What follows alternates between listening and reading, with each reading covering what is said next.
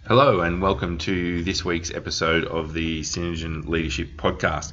My name's Julian Carle, CEO and co-founder of Synergen, and I'm really pleased to be able to share with you another content episode today where I take the time to introduce you to some frameworks that we use which are all about relationships. And that is, how do we build good relationships, what the characteristics of a good relationship are, how do we rebuild trust in relationships, and importantly, how do we focus on building relationships with our clients as leaders?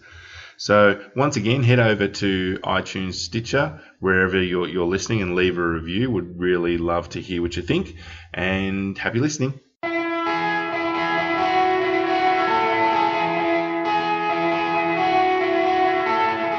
Welcome to the Synergen Leadership Podcast with Julian Carle. Julian speaks with leaders from around Australia to bring you their leadership story and share their insights about being a leader. To further help you build your leadership capability, Julian shares his own insights about leadership and the tools and techniques he uses as a leader.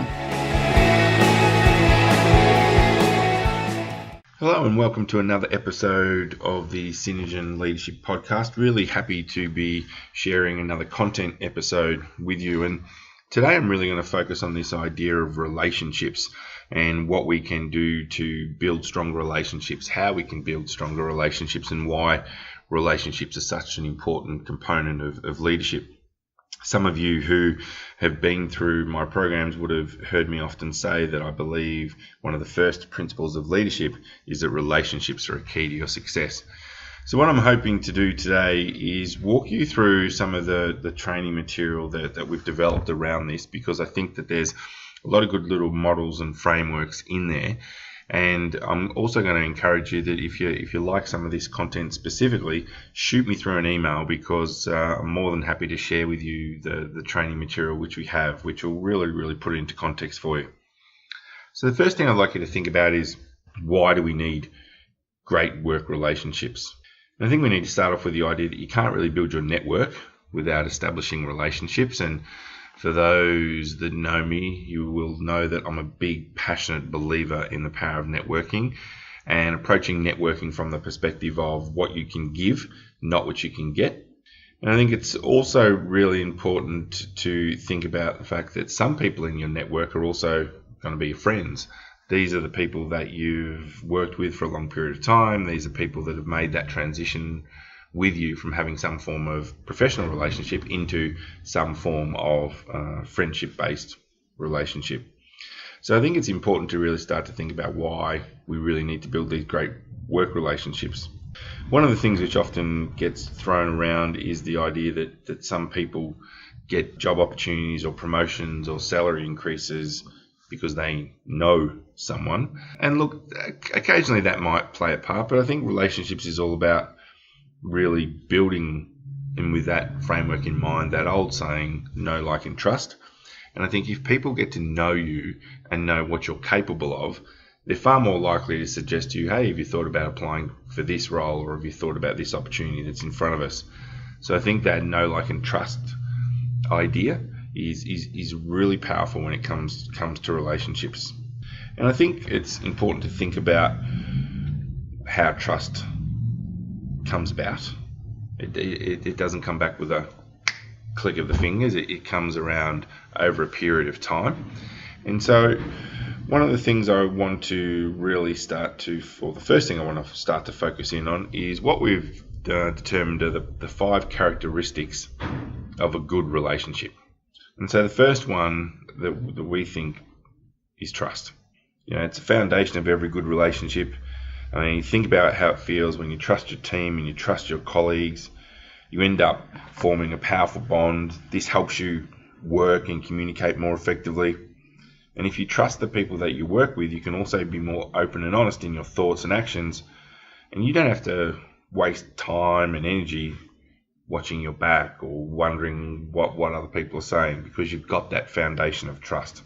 And I think it's one of the absolute cornerstones of any good relationship.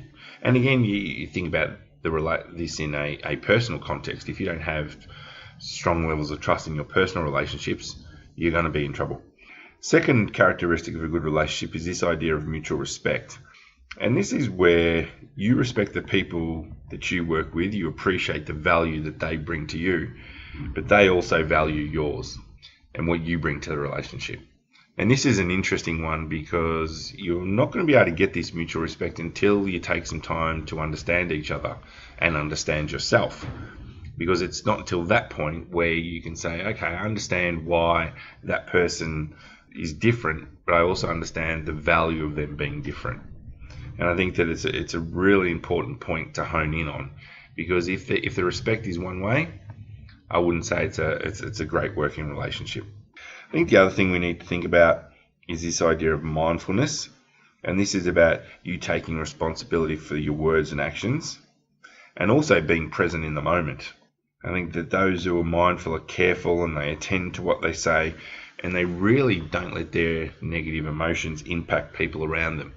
They have a way of managing their emotions and managing their state, and that comes from being present in the moment and acknowledging what they're feeling, what they're experiencing. I think the fourth characteristic of a good relationship is this idea of diversity. And diversity is a really interesting point because the conversation in business right now often tends to be about gender diversity. And I don't want to take anything away from that argument, because I fully support it and fully agree with it. I think there's more that can be thought about it in terms of diversity. I think diversity of experience is important. I think diversity of thinking styles and personality styles are important. And of course, all what we classify as demographic factors such as gender, age, ethnicity, religious, political views, all of those things. I think if you can build a really robust relationship with someone who is different to you, I think that's really going to add to the richness of the quality of relationship, because you're going to be confronted with new ideas and new ways of viewing things. And I think that's really important. And I think the final characteristic of a good relationship is this idea of open communication. And this is whether we're doing it via email, we're doing it face-to-face, we're doing it on the phone, we're doing it by text. However we're doing it, how open are we with it? How transparent are we with it? And I think that, I believe people have a really high BS meter. And so I think when people aren't being honest and transparent, that people pick up on it. So this idea of being open, and if there's something commercially sensitive that you can't share with someone, well, you just let them know that. And my experience tells me that generally most people are comfortable with that. So just to recap the 5 characteristics, you got trust, you got mutual respect, you got mindfulness, you got diversity, and you got this idea of open communication. So what I'd like you to do is just have a quick little think about your closest relationships and how they stack up. So I would think you would find that all your close relationships have high level of trust. There's the respect, there's the mindfulness bit. I'd imagine some of you have some quite diverse relationships, and think about the communication. Now I'd like you to think about the relationships which you think aren't so strong. Which one of those 5 are they missing? And what that does is that gives you that focal point, that place to start and say, okay, well, I realise that I'm not showing a lot of respect in that relationship, so I'm gonna work on that. So I really think it's a good little way to do a little self-diagnostic on the quality of your relationships. So now that we've spoken about some characteristics of what forms a good relationship, I want to give you some insight into how you can start to build these good working relationships. And the first thing I'd like you to think about is developing your people skills. Relationships always start with good people skills. How well do you collaborate? How well do you communicate? How well do you deal with conflict? And so these people skills really, really play an important part, because they enable you to understand the other person. They enable you to shift your communication style. They enable you to appreciate the other person and the challenges they might be going through. So it's really important to think about how you can go about developing your people skills. I'd like you to also think about identifying your relationship needs. So what do you need from the relationship? What do you need from others, and how do you know what they need from you? So if you think about a leader and an employee scenario, the employee needs certain things from their leader. They need direction, they need to feel secure, they need to feel psychologically safe, they need to feel as though they're respected, that they're part of the team. And likewise, what does the leader need from the relationship with the employee? Well, they need someone that's committed. They need someone that's prepared to implement their strategies. They need someone that's prepared to ask questions and perform at a really high level. So I think it's really important to just take stock of your closest relationships and think about what do you need from those relationships, and what do those people need from you in that relationship. And you'd be surprised because people need different things from you.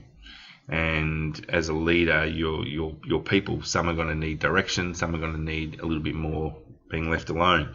Some are going to need more constant feedback, some are going to need less feedback. There's taking the time here to really think about the relationship needs is important. I'd like you to think about how you schedule time to build your relationships. So relationships are formed when people have a reason to interact in some shape or form. And if you really want to develop those relationships, that's about spending time. That's about making an effort to build the relationship.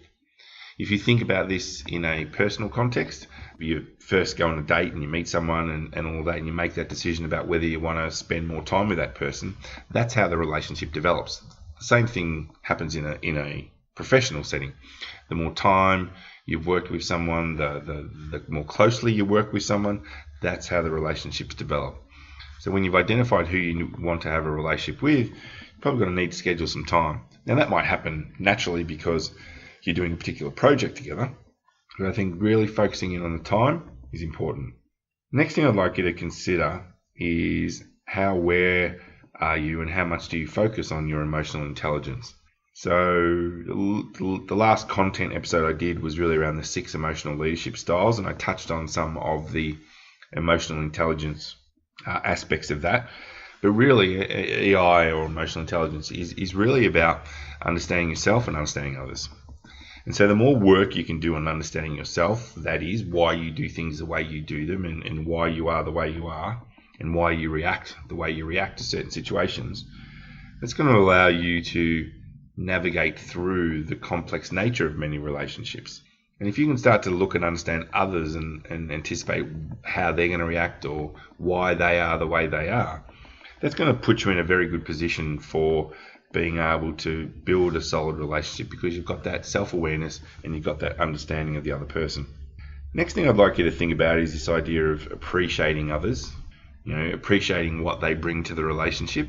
And in many cases, it's going to be something very different to what you bring to the relationship. There's that old saying, opposites attract. And I think that many times that's true in business as well. I mean, if I think about my business relationship with my business partner, Kate, we are very, very, very different people, but as a team, we work very well together. And we bring different things to the party when it comes to leading Synergen. So I'm very, very keen on everyone taking the time to appreciate what everyone brings. And it leverages back to the first characteristic of a good relationship, which is that diversity piece. So, take the time to appreciate what others are bringing. I'd also like you to think about being positive towards building a relationship. That is really taking the time to, focus on the relationship and look at the positive aspects of every relationship that you have. And people like being around positive people, and people like surrounding themselves with people like that. So if you're positive about the relationship, highly likely the other person is going to be as well. Next thing I'd like you to consider is one where I do believe that you have to make your own determination about what these are for you. And it's this idea of managing your boundaries. It's a really interesting debate now, because with social media, the nature of relationships is changing.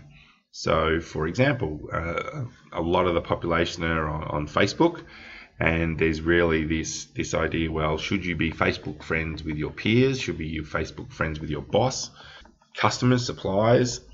And I think this is really something which people need to determine for themselves. I don't think there is a right and wrong approach to this.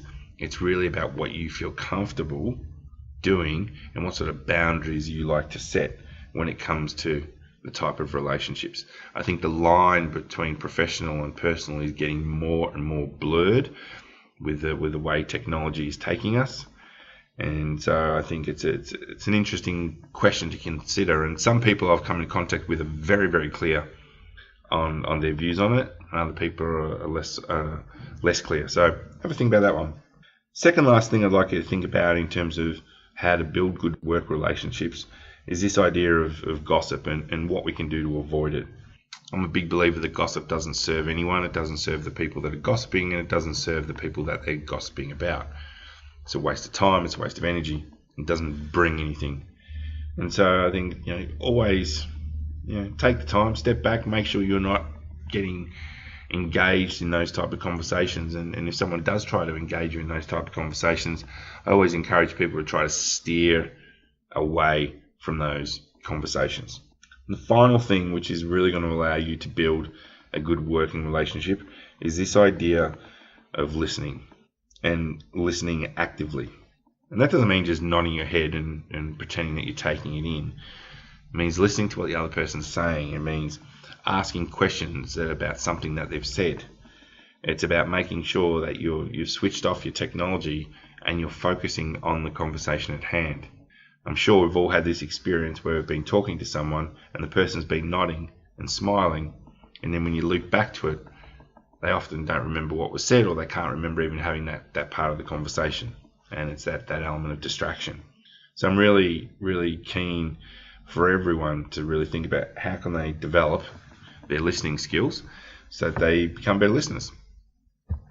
Next thing I'd like you to think about is some new content that Synergen's developed. And it's really about identifying the roles of your colleagues and where you think they fit against these 4 descriptors. And it's a really interesting perspective, because I've only run this particular part of our training 1 or 2 times, and it's been a really interesting topic for discussion, and people are very clearly able to start to segment their colleagues and where they think they fit. So the first role that I'd like you to consider is the ally.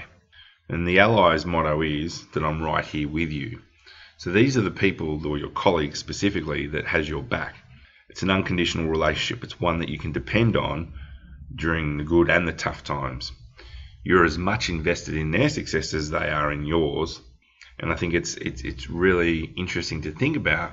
So who are my allies within my colleagues? I'd also like you to think about who fits into the definition of a supporter.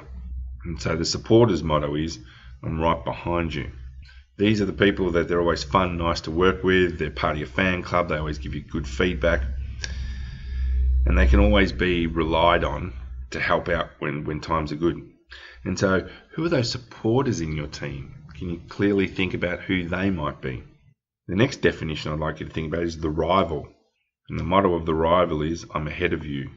And so what rivals do is they behave in an overtly competitive way.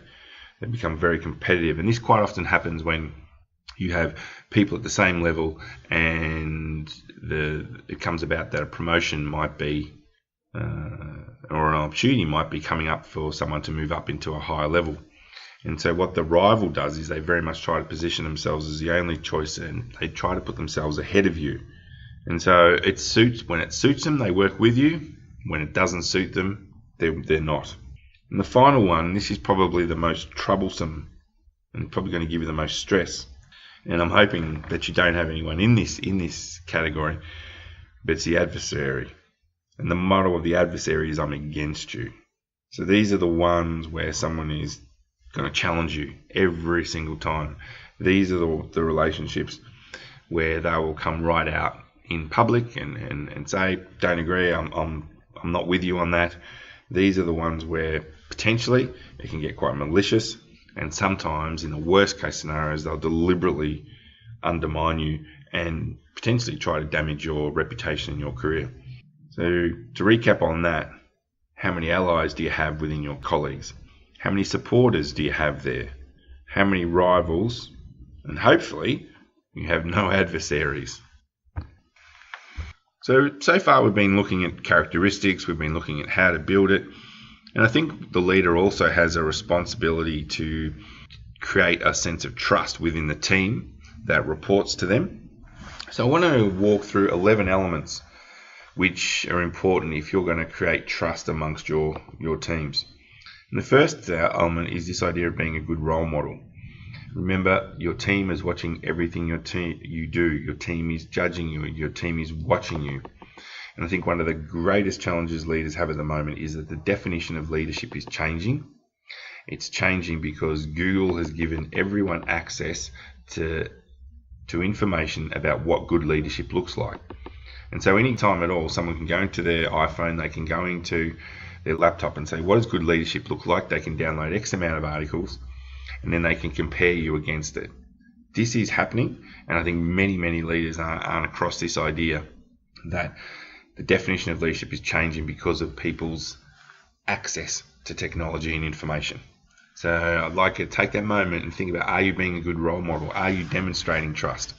Second element is this idea of being honest. And look, it's an interesting one because I'm not always sure that people set out to be dishonest. But I think there's this element of where, if you make it a foundation of how you go about things, if you demonstrate an openness about what you're doing and what you're thinking and your vision, your team will start to respond to this in a really positive way. And I think people will start to trust you if they can count on you to tell the truth, even when this is hard. So even when you're delivering information which isn't positive, be honest. Third thing I'd like you to think about in terms of creating trust in teams is this idea of being a team player. So one of the things one of the ideas I subscribe to is that you don't have to treat people badly to climb the career ladder. You can treat people with respect, you can look after people, and you can build solid relationships and still be the career-driven individual that you are. And I think that we all perform better when we're part of a team. We need a team to perform better because as a leader, your results are basically a reflection of what your team is able to do and what your team is able to do with their teams, if depending on how many layers of leadership are under you. And so this idea of being part of a team, it doesn't come naturally to everyone. Some people are more inclined to just go off and do their own thing. But people that are team players and making sure that you give them the credit, that shows that you're trustworthy. That shows that you're building trust within the people in your team. Fourth element of creating trust in teams is this idea of being transparent. And so people will trust you more if they can see at any time why decisions are being made the way they are. And this comes from you being transparent with the information that you share. And again, people understand why you're doing what you're doing. Now, even if it's something which they don't necessarily agree with, they'll at least appreciate the fact that you're doing it for a particular reason. It really gets down to this idea of setting context and allowing people to see what's going on. The fifth element of creating trust in teams is this idea of not being a micromanager. So far, having trained thousands of leaders, I often ask who likes to be micromanaged, and no one puts their hand up. And I think it's a reflection of the fact that we all want to be trusted to do our roles well. Now, there is a point in any employee life cycle where they're going to need more direction, and that generally happens when they first start in a new role or they start a new task. They need a little bit more direction, of course. But that doesn't mean that you're over their shoulder every 5 minutes checking what they're doing and then not letting them know what's coming next until they've finished that piece. So the idea of being a micromanager is something which I think we all need to just take a moment. How are we managing? Because no one likes that. The sixth element of creating trust in teams is this idea of being an effective communicator. And so managers who communicate openly and frequently build stronger relationships. So this is something to think about. If you have an office, is your door open or closed? How often do you get out from behind the laptop or your computer and go out and talk to the people? How much do you let people know in your teams what you're thinking, what you're experiencing? And I think this is an important one because too many times we get stuck emailing all the time and we don't pick up the phone or we don't go out and walk face to face and talk to different people. So I think it's really important to think about, how effective are you in your communication? Remember, two most effective ways of communicating are face to face and phone. The only two direct forms of communication. Everything else is indirect. So as much as possible, build your relationships around those two things. Seventh thing or element of creating trust in teams is this idea of being reliable. And this is where you really need to keep your word, because what happens is your team picks up very quickly on insincerity and broken promises. And so you need to be visibly keeping your word, because that will reinforce the sense of trust that your team has in you. I'd also like you to think about ethics and where your ethics sit and what's important to you in terms of standards and values. And I think that if your team has a strong sense of ethics, they're certainly going to be more productive and resourceful because they understand how the team operates. And I think that we can all think about what our personal ethics are and also match that against our company ethics.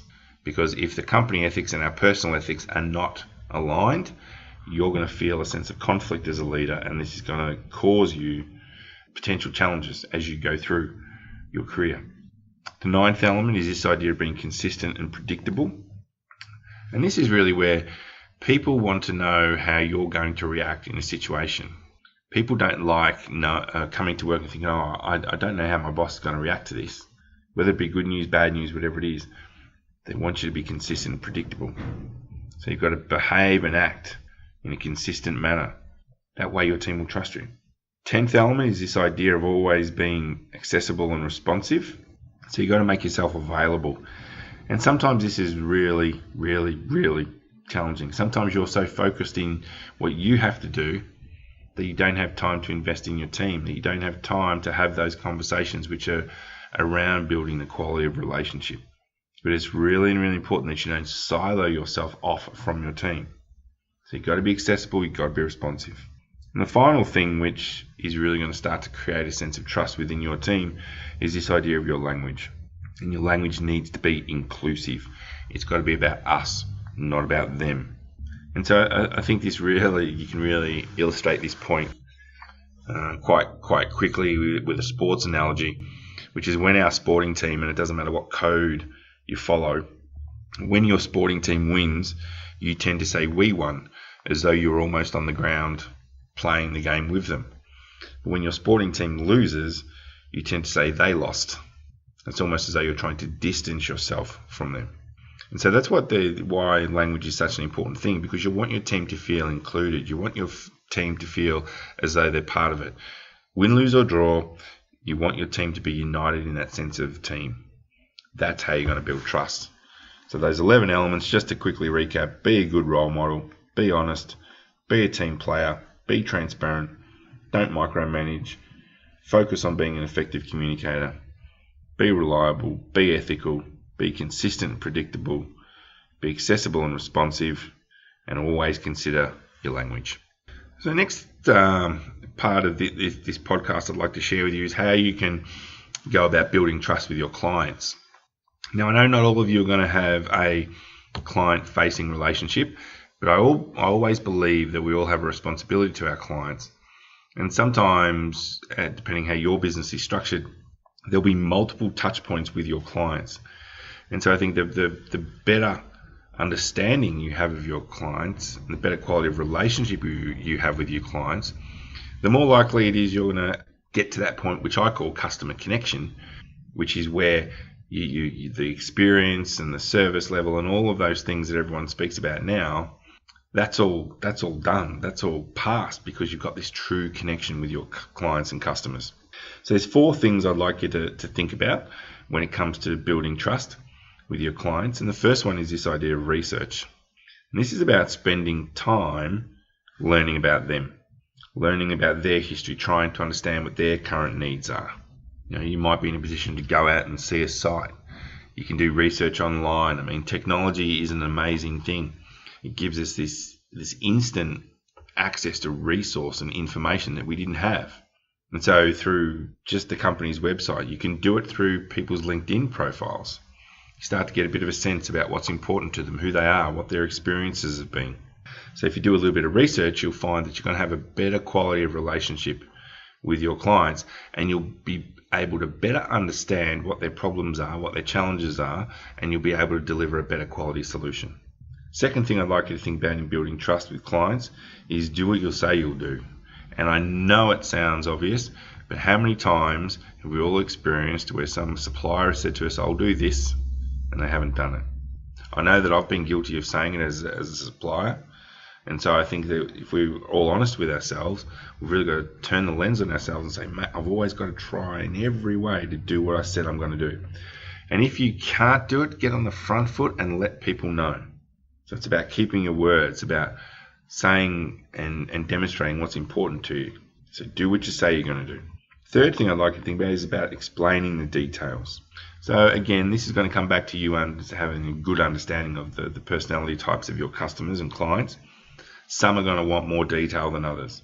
I'd like you to think, though, that you're prepared to explain the details to whoever wants to know what those details are. And you can always take your time to explain your words, your actions, your motivations, how you're delivering a service, how compliance will factor in, what the process is, how you're going to onboard, whatever situation applies to you. Take the time to explain the details. People will feel safe knowing that they're in safe hands. I think the final thing to really think about when you want to build trust with clients is this idea of clarifying expectations. So you really need to understand what their expectations are so that you can set about meeting them. If you just make the assumption that you know what their expectations are, there's a chance you might miss. And so I think it's really important to ask yourself, what are you really expecting out of this? I know in our business we always ask people and our clients when we're talking to them, what do you really want to achieve out of a leadership program, out of a safety program, out of a lean program? What do you really want to achieve? Quite often they'll say a whole range of different things. For some it's succession planning, for some it's better communication, for some it's that my team have a better way of managing poor performance. Every organisation is different in terms of their agenda, their reason that they're looking to engage us, and I imagine that that's very, very true of many other businesses. It's not always about price. They just want a good price. They want service, and they want it at a certain level, and they want it for their particular reasons. So you need to understand what their reasons are, so then you can go about making sure that you meet them. And look, as we draw to the end of this content episode, I'd like you to introduce you to a couple of ideas around how you can rebuild trust. Now, this is a tough one because I think first position is that we never want to break trust. We always want to make sure that once we've gained a level of trust, we want to keep it, we want to maintain it, we want to develop it, and we want to deepen it. So, it's interesting to think about how trust gets broken. And some of the common reasons are people acting or speaking inconsistently, people striving to have some level of personal gain over the team success, withholding information, telling lies or maybe only the partial truth, and people not opening their minds to new ideas and new innovations. So if you have got a situation where you think some trust has been lost, take the time, sit down, acknowledge it, have that difficult conversation, and see what you can do to start to rebuild it. It's not going to happen overnight. Some people, depending on their personality styles, will be quicker than others to allow you to try to rebuild that trust. But it's really about acknowledging it, understanding it. If it's something you've done, owning it, saying, yep, no, I'll put my hand up. That is what I did or said or how I behaved. And I think that level of honesty starts you on the journey back to rebuilding trust. So key points around that is we have to trust the people we work with. And if we don't, we won't feel confident that we can be vulnerable in front of them. We all know that organisations with a high level of trust are always more successful, more effective and more innovative. So I really like you to think about, in terms of the trust, what's the status quo? Are there any examples that you can think of where you really need to put a bit of effort into rebuilding it? Because that will lead you to a better quality relationship. So the final thing I'd like to just share with you over this episode is I'd like you to think about 4 questions. And these are 4 questions which you can ask yourself, which will really enable you to start to really build solid relationships. Now, earlier on, a number of episodes ago, I introduced you to the 9 relationship groups. So I would like you to go back to that episode, grab those 9 relationship groups, and I'd like you to start and ask yourself these 4 questions. And the 4 questions are these. First one is, what's working well? So you go through each of those 9 relationship groups and you ask yourself, what's working well? What's working well in my team, with my manager, my customers, my suppliers? I'd also like you to ask yourself, what could be better? This is really where we start to think about well, we don't always communicate as frequently as we should, or I don't feel as though I can always be as totally honest as I could, or I can't be myself in front of this person, whatever it is, what could be better? And again, I'd like you to ask yourself that question over those 9 relationship groups. I'd like you to think, third question, what are the challenges? What are the challenges that you have in the particular relationship? Is it a personality thing? Is it a distance thing, a geography thing, an experience thing? Is it a confidence thing? What are the challenges? What gets in your way? People often say to me the challenges of leading a remote team. One of the challenges is that you don't get that interaction face to face. So I'd like you to think about what are the challenges.